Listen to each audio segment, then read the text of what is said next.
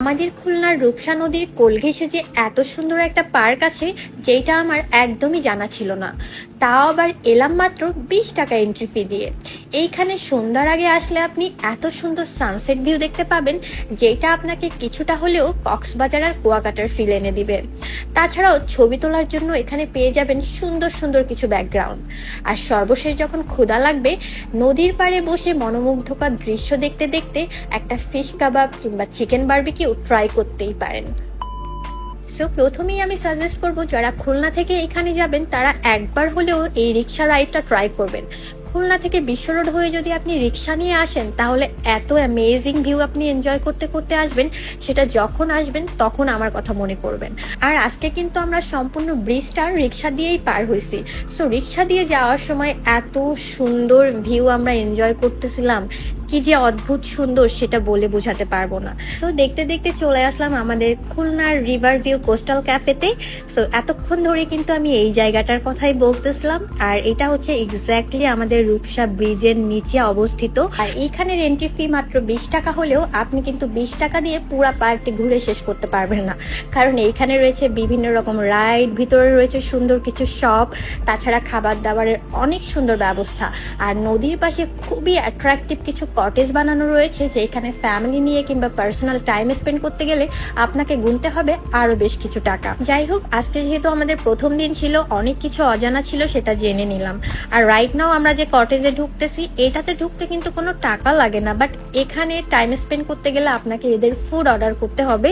দেন তারা এই প্লেসটা আপনার জন্য রিজার্ভ করে রাখবে, দেন তারা ফ্যান ছাড়বে বা আপনাকে সার্ভিস দিবে। এই জায়গাটা আমার কাছে মোটামুটি বেশ ভালোই লেগেছে। তো আমি কিছু খাবার অর্ডার করে এসে এখানে বেশ কিছু সময় বসেছিলাম, দেন এইখানে বেশ কিছু ছবি তুললাম, ভিডিও ক্লিপ নিলাম। বাট ট্রাস্ট মি, যদি আপনার মন খারাপ থাকে তাহলে আপনি যদি এখানে এসে বসেন, আপনার কিন্তু মনটা আপনি ভালো হয়ে যাবে। আর এরকম একটা সুন্দর জায়গা যদি আপনি আপনার প্রিয় মানুষ কিংবা ফ্যামিলি নিয়ে আসেন তাহলে আপনার মনটা তো আরো বেশি ভালো হয়ে যাবে। তো যাই হোক, খাবার আসতে যেহেতু আরো বেশ কিছু সময় লাগবে, তো বসে না থেকে সময়টাকে কাজে লাগালাম আর একটু সামনের দিকে এগোলাম। তো এটা হচ্ছে পার্কের একদম লাস্টের এরিয়া। এই জায়গাটা বেশ নিলিবিলি, এখানে খুব একটা মানুষ আসে না, সো অ্যাক্টিভিটি বা দেখার মতো কিছু নাই। তবে এটার সাইডেই কিন্তু এখানে নামাজের জায়গা আছে এবং ওয়াশরুমগুলো রয়েছে। তো এই পার্কের একটা পজিটিভ দিক হলো এইখানে কিন্তু নামাজের জন্য জায়গা আছে। সো এইখানে যদি নামাজের রক্ত হয়ে যায় তাহলে আপনি নামাজ পড়ে নিতে পারবেন। আর একটা জিনিস কি খেয়াল করে দেখেছেন, বেলা যতই গড়াচ্ছে পার্কটার সৌন্দর্য কিন্তু ততই বৃদ্ধি পাচ্ছে।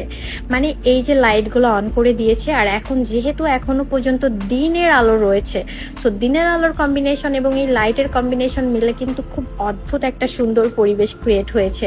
আর এখন আমি চলে গেলাম নদীর পাড়ে আর একটু ঘোরাঘুরি করতে। এই জায়গাটা কি যে সুন্দর, আর এই জায়গাটার পাশের কটেজটাও আরো বেশি সুন্দর। তবে এই জায়গাটা বেশি সুন্দর হওয়ার কারণ হচ্ছে এটা বেশ খোলামেলা, তবে এখানে অনেকে এসে ভিড় জমায়, অনেকে এসে বসতে চায়। বাই দ্য ওয়ে, তাদের কিন্তু বোটও আছে নিজস্ব, যে বোটে করে আপনি সুন্দর জায়গা থেকে ঘুরে আসতে পারেন। আমরা চেয়েছিলাম ঘুরতে, কিন্তু বোটে শুধুমাত্র পুরুষ মানুষ থাকায় আমরা আর উঠলাম না। আর যেহেতু সন্ধ্যা হয়ে গিয়েছিল, সো না যাওয়াটাই ভালো। এখন হয়তো নেক্সট কোনো টাইম অবশ্যই ট্রাই করব। বাই দ্য ওয়ে, এখানে বসতে গেলেও কিন্তু আপনাকে ফুড অর্ডার করতে হবে। সো তাদের কিছু কটেজে বসতে গেলে আপনাকে ফুড অর্ডার করতে হবে, আর কিছু কটেজে বসতে গেলে আপনাকে টাকা পে করতে হবে। লাইক কিছু কিছু কটেজের সামনে কিন্তু লেখাই আছে পে ফার্স্ট, মানে ওইখানে আপনাকে টাকা পে করতে হবে। তো যাই হোক, আমাদের খাবার চলে আসছে ফাইনালি। আর আজকে আমরা অর্ডার করেছি একটা চিকেন বারবিকিউ উইথ গার্লিক নান আর সাথে একটা কোল্ড ড্রিঙ্কস। আমরা জাস্ট বাসা থেকে বের হওয়ার আগে খেয়ে বের হয়েছি, সো আমাদের একদমই ক্ষুধা ছিল না, শুধুমাত্র এখানে বসবো দেখেই আমরা জাস্ট একটা খাবার অর্ডার করছি। And now I want to say something about this food, কারণ এই খাবারটা অর্ডার করার পর আমার মনে হয়েছে যে এইখানের এই চিকেন বারবিকিউ থেকে আমাদের খুলনার রোড সাইডে যে কোনো chicken barbecue way better. And এটার প্রাইস অনুযায়ী কি বলবো, আমার কাছে তো একদমই ভালো লাগেনি। আমি জাস্ট অল্প একটু খেয়ে আমার বোনকে পুরাই দিয়ে দিছি। সো যদি কেউ চিকেন বারবিকিউ অর্ডার করার প্ল্যানিং করে থাকেন then you can skip it. Maybe তাদের অন্য আইটেমগুলো ভালো, বাট চিকেন বারবিকিউ বা চিকেনের কোনো আইটেমই আমার ভালো লাগে নাই। তো এই যে আমাদের খাওয়া দাওয়া শেষে এখন আমরা বের হয়ে গেলাম, যেহেতু সন্ধ্যা হয়ে আসছে আর আমাদের খুলনা পর্যন্ত ব্যাক করতে হবে, সো আমরা একটু আর্লি রওনা করব। বাট এখন আমি দেখতেছি যে সন্ধ্যার ভিউটা আরো বেশি চমৎকার, আরো বেশি মনোমুগ্ধকর। আর এই যে নাগরদোলনাটায় খুবই উঠতে ইচ্ছে করতেছিল, কিন্তু এরা একটা নির্দিষ্ট অ্যামাউন্টের মানুষ বা ওয়েট না হলে এটা ছাড়ে না। সো আমরা যেহেতু দুইজন ছিলাম আর কেউ আশেপাশে ছিল না, then we had had to skip it. আর এই তো এখান থেকে বের হয়ে এখন আমরা ব্রিজের নিচে আসলাম, আর আমার অনেক বেশি পানির পিপাসা পেয়েছিল। সো পানি খাওয়ার থেকে ভাবলাম একটা লেবুর শরবত খাই। আর এখানে লেবুর শরবতগুলো মাত্র 10 টাকা করে, আর খুবই ভালো ছিল এইটা। তারপর আমরা সিঁড়ি বেয়ে বেয়ে উপরে উঠতেছিলাম এবং সিঁড়ির এক একটা স্টেপে গিয়ে গিয়ে ভিডিও করতেছিলাম যে এক একটা স্টেপ থেকে না এক এক রকম সুন্দর লাগতেছে। সো রাইট নাও আমি মেবি 3rd স্টেপে আছি, and then this is the 4th step. আর এখান থেকে খুবই চমৎকার লাগতেছিল দেখতে, মনে হচ্ছিল কিছুক্ষণ এখানে দাঁড়ায় থাকি, কিন্তু হাই হিল পরে আজকে আমার পায়ের অবস্থা খুবই বাজে হয়ে গিয়েছে। আর এটা হচ্ছে ফাইনাল স্টেপের ভিউ। সো সব কিছু মিলায় it was an amazing tour, amazing view. Khulna থেকে খুবই কাছাকাছি একটা জায়গা আমি ঘুরে আসছি আজকে আমার বোনের সাথে। আপনারাও চাইলে ঘুরে আসতে পারেন, তবে যদি মনে হয় যে আপনি 20 টাকা টিকিট দিয়ে ঢুকতেছেন সেটা কিন্তু না।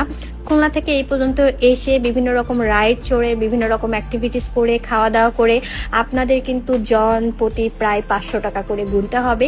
সেটা মাথায় রেখে তারপর এখানে আসবেন।